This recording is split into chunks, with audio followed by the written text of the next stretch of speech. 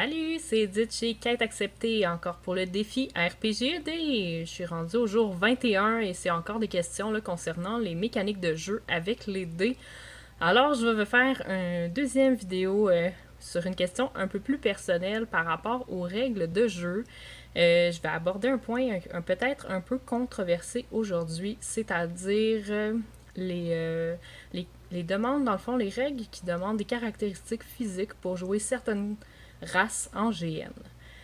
J'avoue personnellement que je trouve ça vraiment, vraiment dommage que certains jeux de grandeur nature demandent, par exemple, que pour jouer un elfe, il faut faire une certaine grandeur et surtout, il faut être très mince.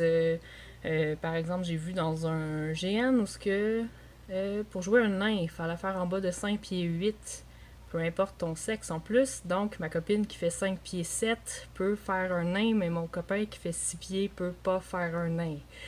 Fait que dans le fond, puis les nains ont des avantages. Fait que la seule différence sur la fiche de mon copain puis ma copine, c'est qu'ils ont 4 pouces de différence dans les faits. Mais elle a le plus de power parce qu'elle est une naine, puis lui il peut pas, même si elle est grande pour une fille.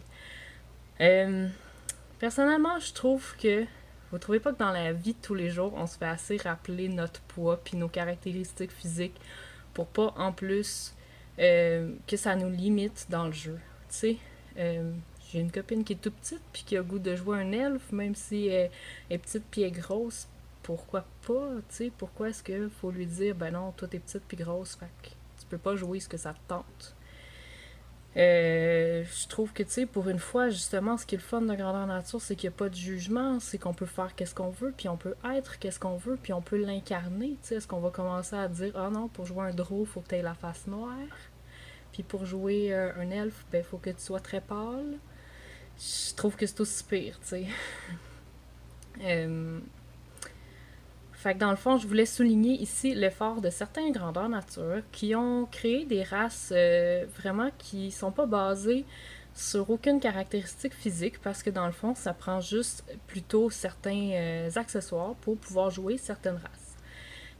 À Praxis, qui malheureusement est un GN qui est décédé, ce qui est bien dommage parce que je l'adorais, il y avait quelques races où ce que dans le fond, par exemple pour jouer un féral, qui était la race un peu animale, ça prenait simplement des dents, des fausses dents de vampire. Pour jouer un célestial, ça prenait des oreilles pointues. Puis pour jouer, je ne sais plus beaucoup des autres races. Avant, il y avait un damné, même si ça n'existait plus après, ben, il fallait juste simplement se blanchir la face pour avoir l'air d'être mort, dans le fond, avec des cernes puis tout ça. Fait que ce qui faisait que n'importe qui pouvait jouer, n'importe quelle race, à son goût.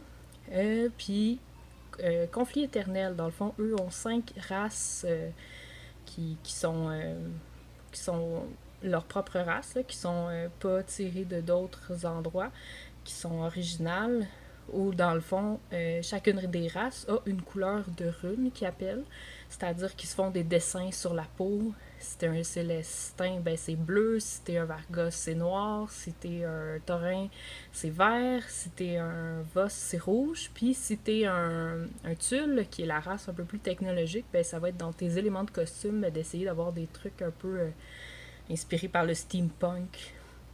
Fait que, tu sais, ça permet encore là que n'importe qui peut jouer n'importe quoi. Parce que là, vraiment, je veux dire que c'est ça. On a-tu vraiment besoin de se faire rappeler qu'on est gros puis petit puis ou trop grand pour jouer un nain ou trop grand pour ou trop bâti pour faire un tiefling ou je pense que le pire que j'ai vu en GN c'est une charte d'alcool dans le fond de à quel point t'es sous selon ton poids. Hey, merci GN de me rappeler que puisque je pèse plus que 200 livres, ça me prend 9 bières à la place de 7 pour être saoul. C'est vraiment ce qui me manquait dans ma journée. Sérieusement. Tu sais, il y a déjà tellement assez de difficultés dans notre vie de tous les jours, puis c'est le fun pour une fois de pouvoir dire, ben dans ce monde-là, ben je suis une elfe magnifique, que tous mes sujets sont à mes pieds. Pour une fois, tu sais, à la place d'être la fille que tout le monde regarde croche parce qu'elle est grosse ou Le gars qui se sent pas assez musclé pour faire un gros barbare méchant, ben là, dans ce monde-là, il peut être qu'est-ce qu'il veut. Fait que c'est vraiment ce que j'aime d'un grandeur nature, c'est de pouvoir décider le personnage que tu joues puis le rôle que t'es. Puis je trouve qu'après, ben, ça a un impact sur ta vie de tous les jours parce que, comme je vous parlais avec ma barde, qui avait beaucoup de charisme, mais quand tu reviens dans la vraie vie, ben, tu peux te dire, tu sais, pour de vrai, je suis cette fille-là aussi. Puis je peux foncer dans ma vraie vie, puis aller chercher qu'est-ce que je veux parce que je suis aussi quelqu'un qui a plein de charisme, je suis aussi quelqu'un qui est magnifique, puis ça t'aide à traverser ces périodes plus difficiles où tu te sens comme un pichou. On a toutes des journées comme ça, tu sais. Puis ça fait du bien de temps en temps de ne pas avoir tout le poids du jugement social sur nos épaules, puis du moule dans lequel il faudrait qu'on fit. De la même manière, là, je vais dire quelque chose qui est vraiment pas sorti. Je vous ai posé la question sur ma page là, sur qu'est-ce qui vous achalait dans les règles de GN ou qu'est-ce que vous aimiez.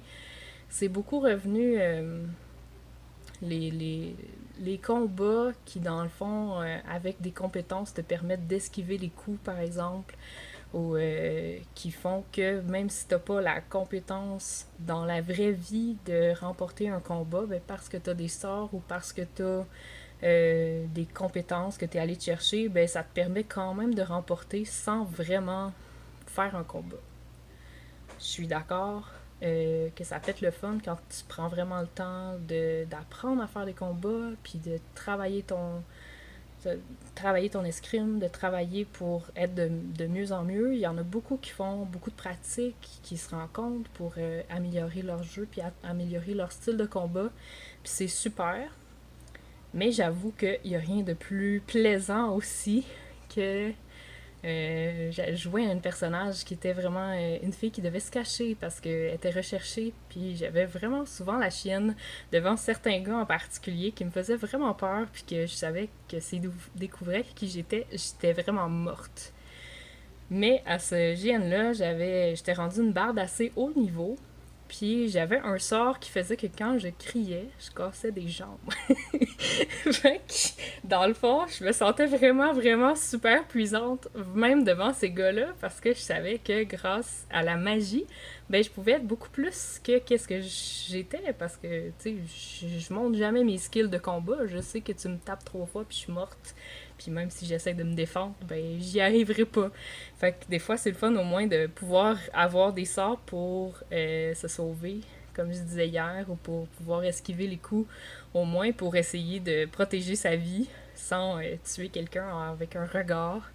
Mais c'est cool aussi que certaines autres compétences permettent à des gens qui sont peut-être moins en forme ou qui sont moins... tu sais, c'est pas tout le monde là, qui est capable de manier une épée avec beaucoup de facilité, puis c'est pas tout le monde qui est capable de courir, puis se promener partout, puis faire toutes les choses qu'il aimerait en GN.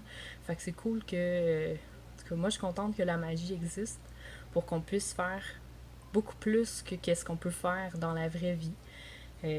Puis encore là, ben, chacun son style de jeu, puis il y a des jeux qui sont vraiment basés pour que presque toutes les compétences, ben, faut que tu les fasses réellement pour pouvoir les faire. Puis ceux qui aiment ça, tant mieux. Puis c'est une autre façon de se dépasser. Mais j'aime donc ça, jouer une fille. Jouer un personnage qui peut faire beaucoup plus que qu'est-ce que moi, Edith, dans la vie, je peux faire. Puis qui est capable d'accomplir des grandes choses. Puis c'est vraiment ce qui me fait triper en grandeur nature.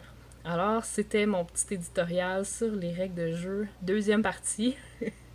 N'hésitez pas à mettre dans les commentaires là, les bons coups que vous avez vus dans les dernières années sur l'inclusion de joueurs dans les grandeurs nature. Comment est-ce que aussi comment ça vous a aidé personnellement à devenir meilleur, puis à changer des fois votre perception sur vous-même en jouant un personnage qui est loin de vous, puis qui vous permet d'être beaucoup plus grand que qu'est-ce que vous pensez, puis de vous surpasser. On se retrouve bientôt. Salut!